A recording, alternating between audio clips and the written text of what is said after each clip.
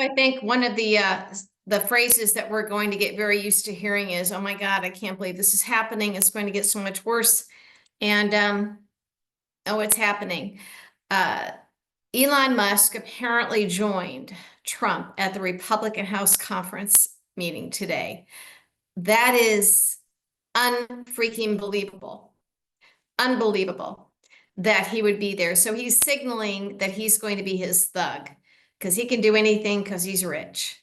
And he talks to Putin personally. He has a security clearance. He has a defense contract, and that's something that frankly should have been ended during the Biden administration. He could end it now, it'll just come back, but this is absolutely terrifying. And now he is signaling that he will fund and prop up primary challenges to any member of Congress, any Republican member of Congress who crosses Trump in any way, shape, or form, who doesn't help just down the line endorse every single agenda item, no matter what. This is what MAGA voted for. I don't think they have any idea what they've done. They really think that this won't affect them. Elon Musk is the guy who said, yeah, him personally, because he's going to be in charge of the economy, he's going to have to crash our economy before he can rebuild it. He said, yeah, it's going to hurt for a while. How long is it going to hurt, Elon? And just what are you going to do? I mean, didn't you just hand over your entire platform that you didn't even build to spread lies about the economy? We are in the best economy that we've had in decades. And the media didn't do their job, because why is it that so many voters thought the economy was bad? And don't give me this bullshit that, well, their personal financial situation because of inflation. Inflation doesn't define the economy, and they do know that. And they do know that inflation was getting better. I'm not buying it. There's something else at play. The media didn't need to play up the economy. They simply needed to report accurately on the economy. And the Biden-Harris economy is boosting up the economy of the entire planet. So why does Elon Musk need to tear down our economy? What does he have planned? What do he and Trump and Putin have planned? Now, we know that Putin and Trump are not allies. Putin is Trump's daddy. They are not equals. And we now know that Elon Musk has the same power over Trump. Is he installed by Putin to be there to watch over Trump and help be his thug, to remind him? Remember, when it appeared that Trump made a phone call saying, hey, can we work on ending this Ukraine war, quickly and maybe even peacefully? Putin's like, oh, hell no. And just to make sure that Trump knew who was boss, he's plastered Melania's softcore lesbian porn and full frontal porn and nudes. No, they're not art. All over Russian TV, state-run TV. TV. We don't even talk about it on our TV. MAGA voters don't even know this about Melania. Oh, they know there might be some that are kind of risque and they call them art, but they don't know about the worst of the worst, because the media they consume didn't let them know. So this was a shot across the bow, and this was to let Trump obviously know that he's got lots more that came from, and they're not about Melania. Whatever it is he's got on Trump is big, it's bad. I think it's maybe, snuff video with young girls or something like that. It's not just the P tapes. But Elon Musk is in on it, and I kind of find it hard to believe that it's Trump's idea that Elon is basically his VP and gets to go to him with these meetings, and they're joined at the hip. This tells me that, oh, well, Trump didn't hire him to bring him in to help. He's not hired. He's just there. He's not in any sort of capacity that's going to be confirmed by the Senate. He's not being paid. So he doesn't have to get a security clearance. He doesn't have to divest himself of any conflict of interest financial dealings. He's there. He's just there because Putin says he's supposed to be there. I think that's starting to become obvious. So he's going to fund anybody, a primary challenge against anybody who does anything to cross the Trump-Putin agenda. This is not normal. This is not okay. This is alarming. This is dangerous. It's being done out in the open. And for some reason, Elon and Putin are telling us that we've got to crash this economy so that we can rebuild it and fix it. And it's going to hurt for a while. You don't have to crash this economy. This economy is doing great and inflation is going down.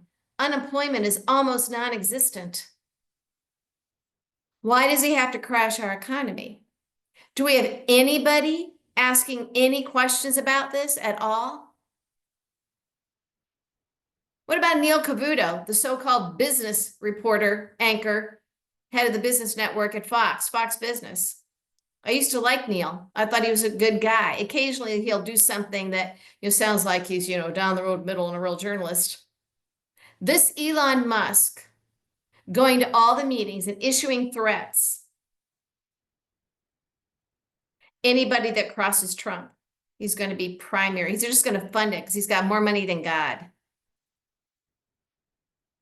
He's going to ensure that everybody falls in line. Elon Musk, who holds no elected office, was appointed to nothing, no confirmation at all to the Senate, nothing.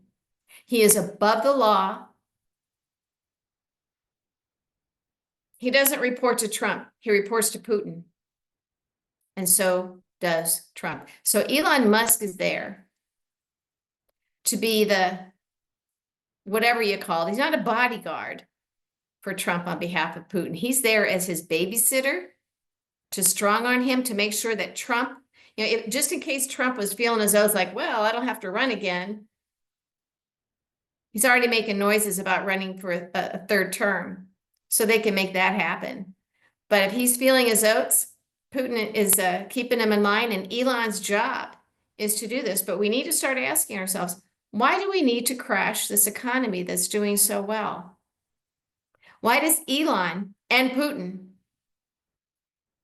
need to make their puppet Trump crash this economy? And they'll build it back up. How? In what way? Is anybody asking these questions, or are we already giving up? Has the media already given up? Granted, they gave us this. They and Merrick Garland are the ones that gave us Trump, that even allowed Putin to get in there and do this. Putin always wanted to get in and do this to the US. They gave him Trump as their portal.